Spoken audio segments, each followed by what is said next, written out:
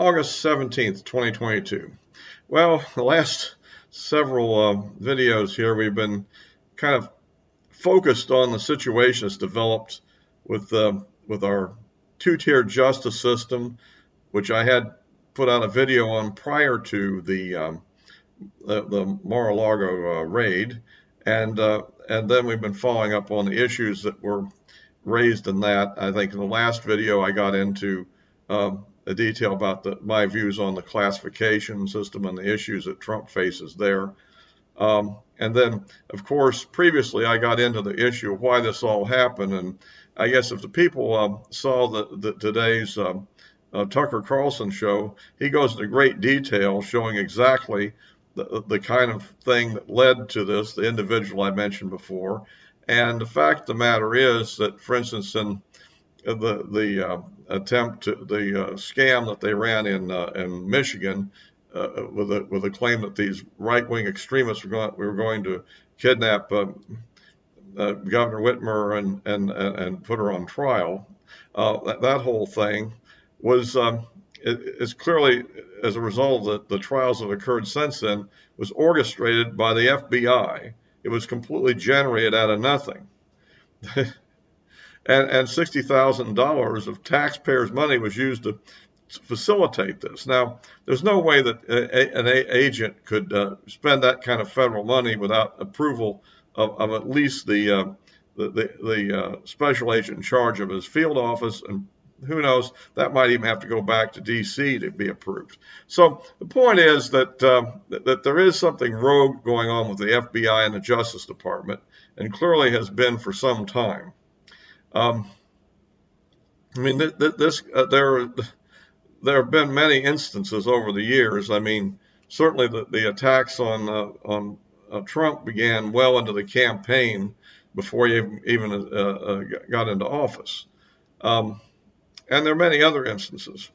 Another thing we have to look at is the origin of a lot of this behavior. And I think we can kind of get into this a little bit here. By the way, if you like these videos, please subscribe. We like to get the subscribers up. And give me a like. It helps out with the algorithm and get that out to people. You can, of course, send forward links to this to other people, and comments appreciated.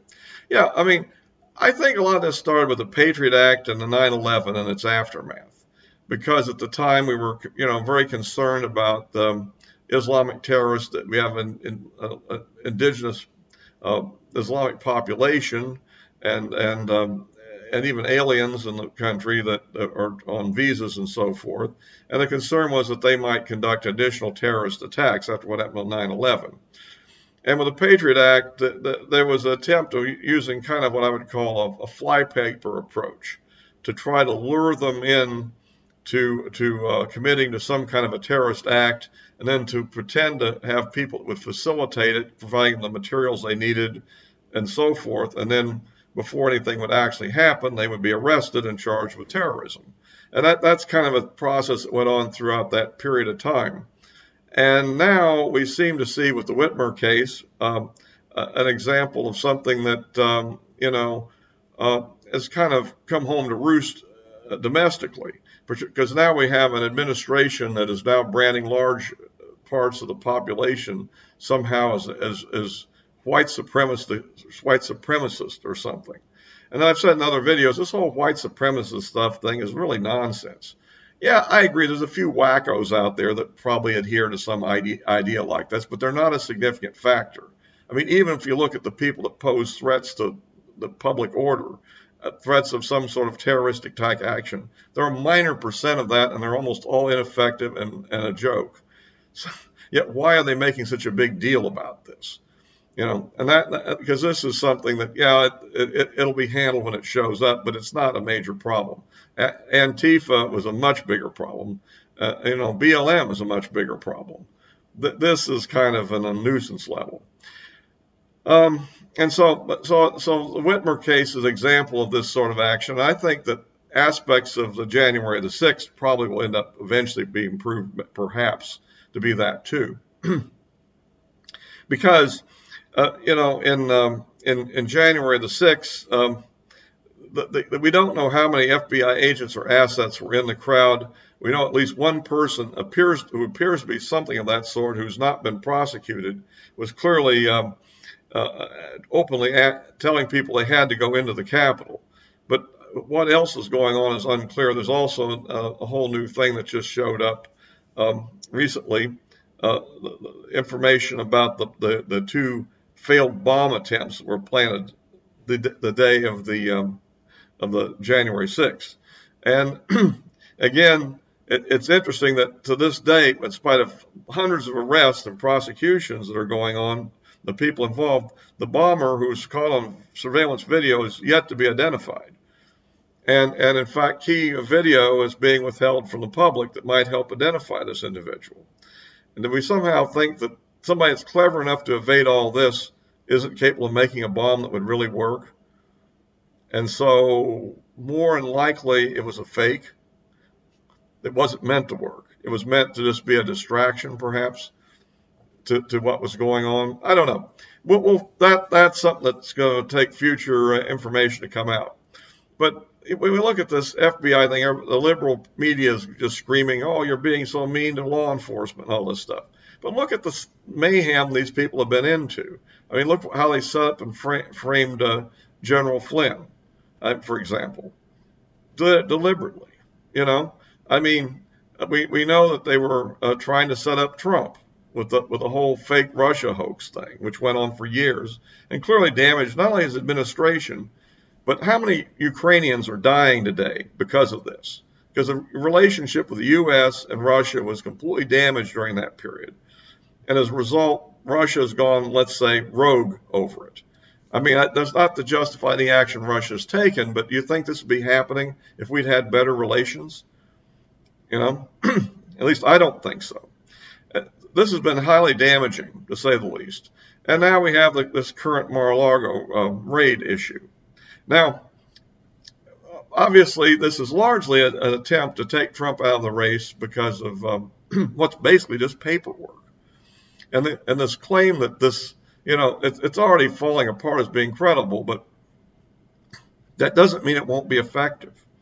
Because after all, what Trump is facing, at least in the federal case here, is they are going to claim something different. They are going to try to claim that the documents weren't declassified because they don't have official paperwork trails saying so. Okay, that's what they're going to try to claim, and he's going to have to therefore go and fight this in court, and try to get to a resolution in court, which would probably, but given if it's being handled in the D.C. court system, we're probably talking about elevating all the way to the Supreme Court before you get a favorable hearing. And the question is, will the Supreme Court hear the case? It might be sweet to them because it is a very provocative issue. Because after all, classification fundamentally comes from a presidential order. And in fact, there were exemptions for presidential action. And in fact, there's no claim, by the way, unlike some people seem to be saying on the media, that Trump tried to declassify something after he was out of office. No, it was all done before he was out of office. And really what we're having is an attempt to regain control of this material. So that's kind of where we are right now. And but this could very well lead to an extensive pre-trial battle if they try to indict him. And of course they can indict him because they have a favorable D.C. grand jury full of Democrats, with a Democrat prosecutor and a Democrat judge. And what would stop them? I guess some fear of public reaction is one issue. Now they're saying, oh no, we're making threats or something. I'm not making any threats. I'm just saying that may be one reason. The other reason might be that they might feel that Trump would be the candidate they could best compete against in an election. I mean, in reality, the truth is Trump has never got a majority of the popular vote in either of the two elections he ran in. And with all the baggage that's been thrown out by everything that's happened, there's no evidence at this point he would get a majority now. I mean, just a fact. So, in fact, maybe they'll just use this to damage him and not actually press charges. This is a possibility. or they may go ahead and go for the throat. We just don't know yet on that. But he might very well still win the case on the classification issue. But then they're going to try to throw out other charges and so forth. So we'll have to see how that plays out. But the idea that we're being mean to the FBI or something is kind of ridiculous. And yeah, anytime you have a major controversial thing of this magnitude, of course some psycho will come out of the woodwork and try to do something stupid. Fortunately, nobody was hurt in that case, and fortunately he isn't around anymore to cause trouble. So, but the point is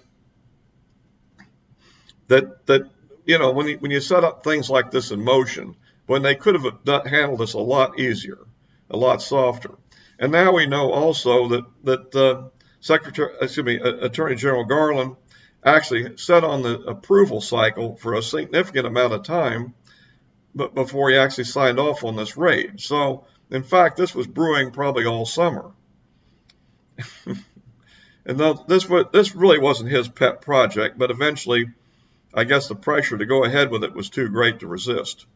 And we know that beside people such as President Biden and Attorney General Garland, there's a lot of crazy people below them in both the White House staff and in the Justice Department to carry things out.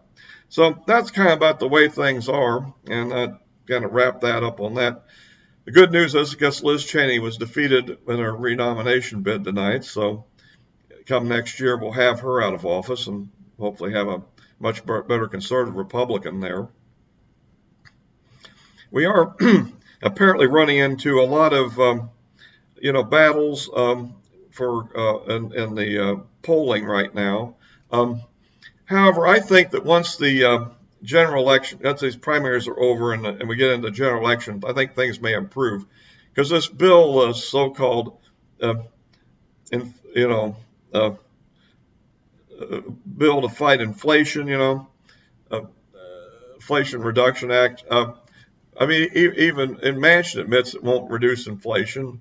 The studies show it won't reduce inflation, and really it's a climate bill. But it has a lot of taxes in it, and it has an IRS increase that should really scare a lot of people. So I think that that this has a lot of food for campaigning and the days ahead. So we can hope for the best on that. And at any rate, so I'll wrap this up for now and get this there. The links to my social media account, what links, excuse me, I always say that, the address of my social media account or accounts, plural, are in the description below, and I'll wrap this up for now.